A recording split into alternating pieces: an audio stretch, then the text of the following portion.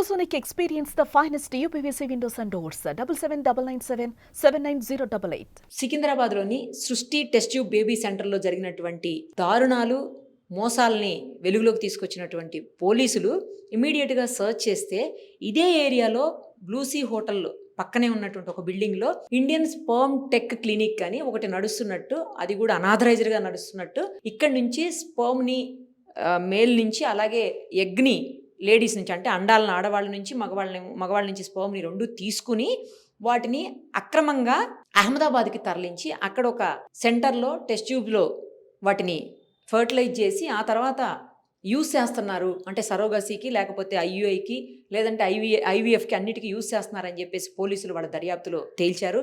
ప్రస్తుతం మనం అక్కడే ఉన్నాము. ఇదైతే బిల్డింగ్లో సెకండ్ ఫ్లోర్లో చాలా అసలు సీక్రెట్గా నడిపిస్తున్నటువంటి పరిస్థితి ఉంది. ఎక్కడ కూడా Indian sperm tech clinic boards కూడా కనిపించట్లేదు మనకి. అయితే పోలీసులు ఇప్పటికే దీన్ని సీజ్ చేసేసారు అనుకోండి, అది వేరే విషయం. ఇక్కడ పంకజ్ సోని అనేటువంటి ఒక వ్యక్తి దీన్ని నడిపిస్తున్నట్టు తెలుస్తుంది. అతను ఏంటంటే చాలా మందిని డబ్బులు ఆశ చూపించి వాళ్ళని ఎంప్లాయీస్గా, టెక్నీషియన్స్గా, తర్వాత ఏజెంట్స్గా జాయిన్ చేసుకొని వాళ్ళ నుంచి చాలా యూత్ని, అంటే యువతని టార్గెట్ చేసి డబ్బులు ఇచ్చి వాళ్ళ దగ్గర నుంచి అండాలను, వీర్యాన్ని సేకరించి ఇవి ఇక్కడి నుంచి పంపిస్తున్నాడని చెప్పేసి పోలీసులు దర్యాప్తులో తేలింది. ఇదిగో మీకు ఇక్కడ చూడండి కనిపిస్తుంది, వీర్యదానం సెమన్ డొనేషన్ అని రాసి పెట్టి ఉంచారు. సమయం ఉదయం 10 గంటల నుంచి సాయంత్రం 6 గంటల వరకట.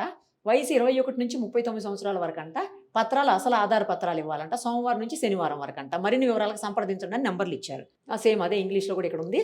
ఎంత దారుణం అంటే ఇది ఒక నయా దందా అనమాట. అంటే డిమాండ్ని బట్టి 1000 రూపాయల నుంచి 4000 రూపాయల వరకు కూడా ఆ డొనేషన్ ఇచ్చిన వాళ్ళకి, అండాలు ఇచ్చిన వాళ్ళకి, అలాగే స్పర్మ్ని ఇచ్చిన వాళ్ళకి కూడా ఇస్తుంటారంట. ఇక్కడి నుంచి చాలా మంది వస్తుంటారు, పోతుంటారని చెప్పి చుట్టుపక్కల వాళ్ళు చెప్తున్నారు. వాళ్ళు ఎవరు ఏంటో తెలియదని, కానీ సీక్రెట్గా నడిపిస్తున్నారు. అదే ఇందాక చెప్పింది మీకు.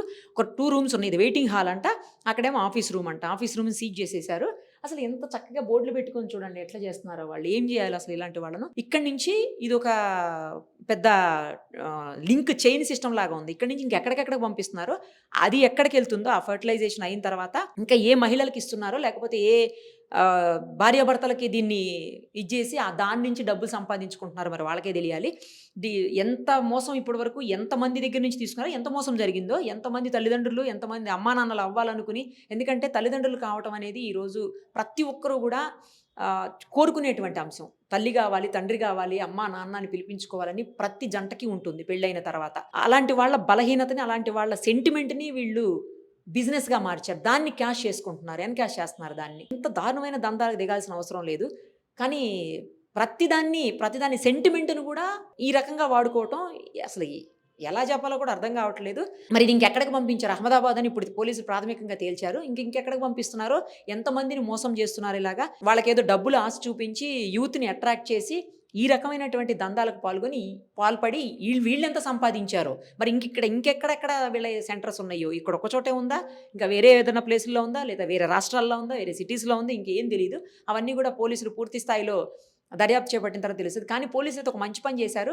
సృష్టి బేబీ సెంటర్ ఇష్యూ అయిన తర్వాత, test tube baby centre issue అయిన తర్వాత ఇమీడియట్గా ఇలాంటి వాటి మీద దృష్టి సారించారు. సో అందులో భాగంగానే ఇది కూడా బయటపడింది. ఇంకెక్కడ ఉన్నాయి అనేది కూడా పోలీసు సమగ్రంగా దర్యాప్తు చేసి కఠిన చర్యలు తీసుకోకపోతే మాత్రం ఇలాంటి నకిలీలు, పర్మిషన్స్ లేకుండా నడిపించేవి అడ్డంగా వాళ్ళ దగ్గర నుంచి దోచి వీళ్ళకి ఇస్తుంటారు అనమాట. అంటే ఎవరైతే తల్లిదండ్రులు కావాలని ఆశపడుతుంటారో అలాంటి వాళ్ళ దగ్గర నుంచి దోచేసుకుని ఇదేదో 1000 రూపాయలకి 4000కి వీళ్ళకి డబ్బులు ఇచ్చి వీళ్ళు ఎక్కువ మధ్యలో ఉండి ఎక్కువ దోసుకుంటారనమాట.